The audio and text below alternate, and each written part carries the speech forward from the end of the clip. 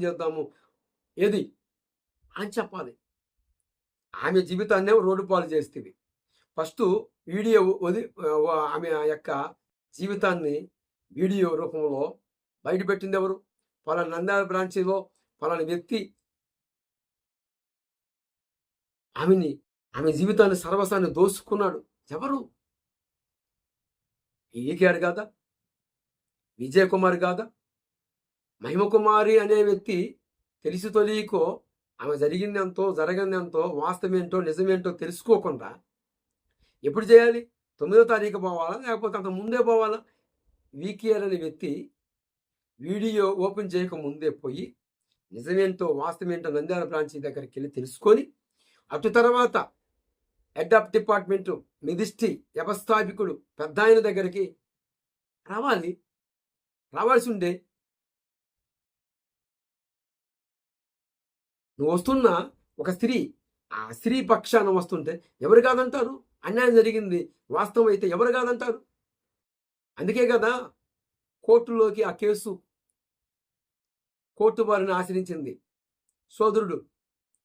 కోర్టే నిర్ధారణ చేసిద్ది. జరిగింది నిజమైతే కోర్టే వారికి న్యాయం చేసిద్ది. న్యాయం చేయాలనే కదా, న్యాయం జరగాలనే కదా కోర్టు వారిని ఆశ్రయించింది. వాస్తవాలేంటో నిజాలేంటో బయటికి రావాలనే కదా కోర్టు వారిని ఆశ్రయించింది. ఎవరు ఆశ్రయించారు? పురుషుడు ఆశ్రయించాడు.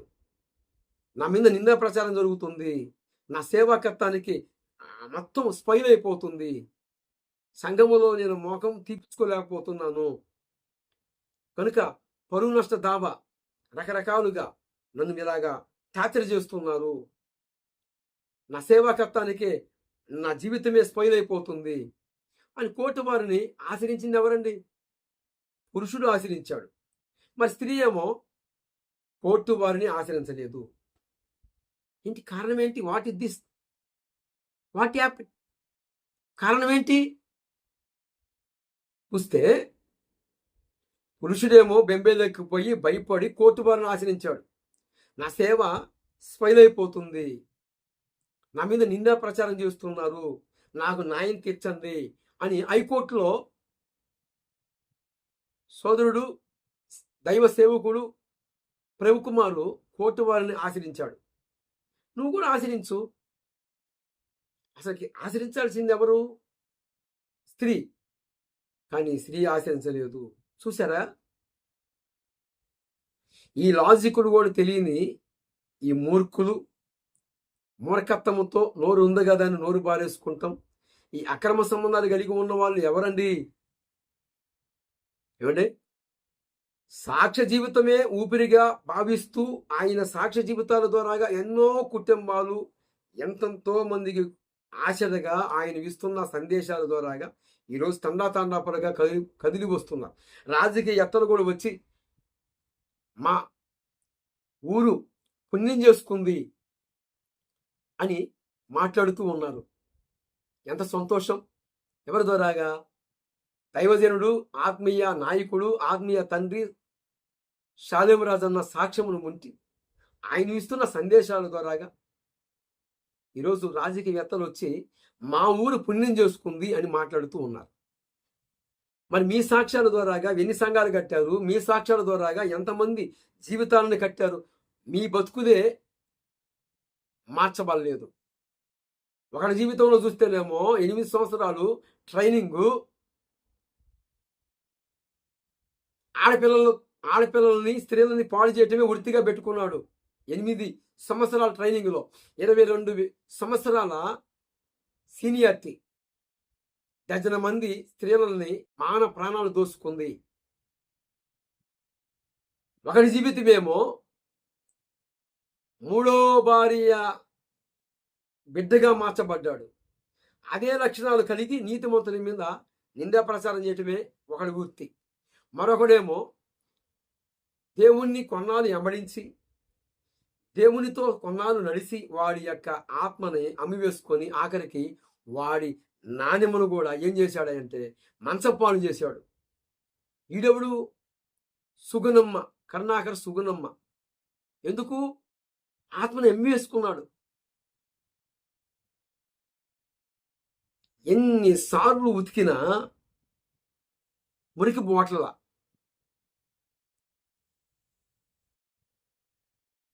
మీకే అర్థమవుతుంది. కనుక ఎక్కడైనా మార్పు చెందండి, మార్పు చెందాలని కోరుకుంటూ ఇంతవరకు వీరి కోసమే మరి ఈ నా కౌంటరే కాదు, వీరు దిద్దుకోవాలి. మరి దేవుని ఎదుట నిలబడతారు కనుక దేవుడు అందరికీ న్యాయం తీరుస్తాడు. ద్రవణ సింహాసన తీర్పు ఉంది. ఇది తాత్కాలిక జీవితమే. బాగుండా పోవాలి, బాగలేకపోయినా పోవాలి. ద్రవణ సింహాసన తీర్పు ఉంది.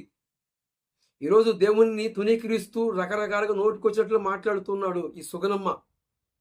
ఆ రోజు ద్రవణ సింహాసన తీర్పు ఉంది. పరిశుద్ధుల ఎదుట తీర్పు తీర్చబడతాడు. ప్రకటన గ్రంథము 20వ అధ్యాయం 11వ వచనంలో రాయబడిన మాటలు వీరికే వర్తిస్తాయి. తర్వాత న్యాయపడి తీర్పు ఆ రోజు ఉంటుంది. ఒక్కొక్కరి పని ఈ యెజబెలు గురించి ఉంటుంది. ఏక భార్య ఉండాలి, ఒక భార్య ఉండాలి.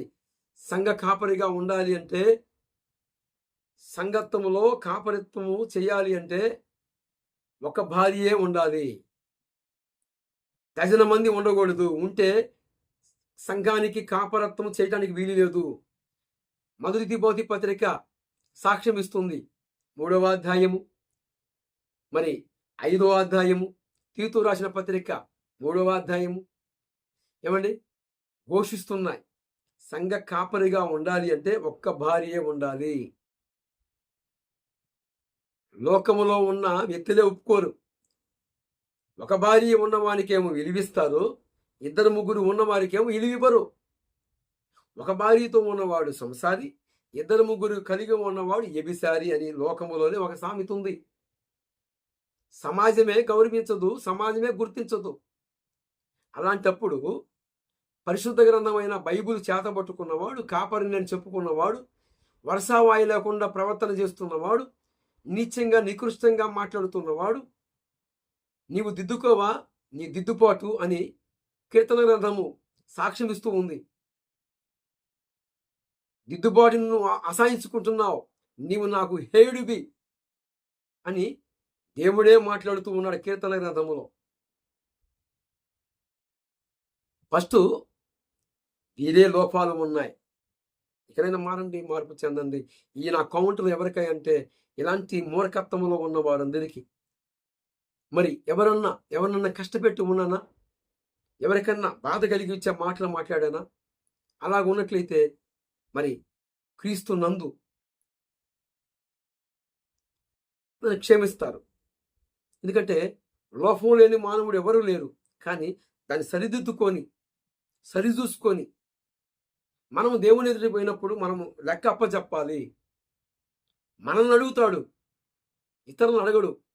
వీళ్ళిద్దరు నీతిమంతుల మీద నిందా ప్రచారం చేయటమే ఇలా వృత్తి. ఎవరు? ఈ వికియర్ అనే వ్యక్తి, అలాగనే మణికంఠ అనే వ్యక్తి. వీరిరుగురు ఈరోజు సోదరుని మరి మహిమ కుమారుని జీవితాన్ని రోడ్డుపాలు చేశారు.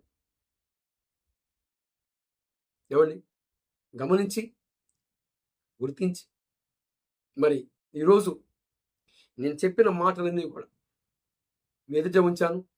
ఎక్కడైనా మార్పు చెందుతారని ఈ నా మాటలు ఎంతతో ముగిస్తున్నాను. ప్రభువు వారే అందరికీ న్యాయం తీర్చునుగాక.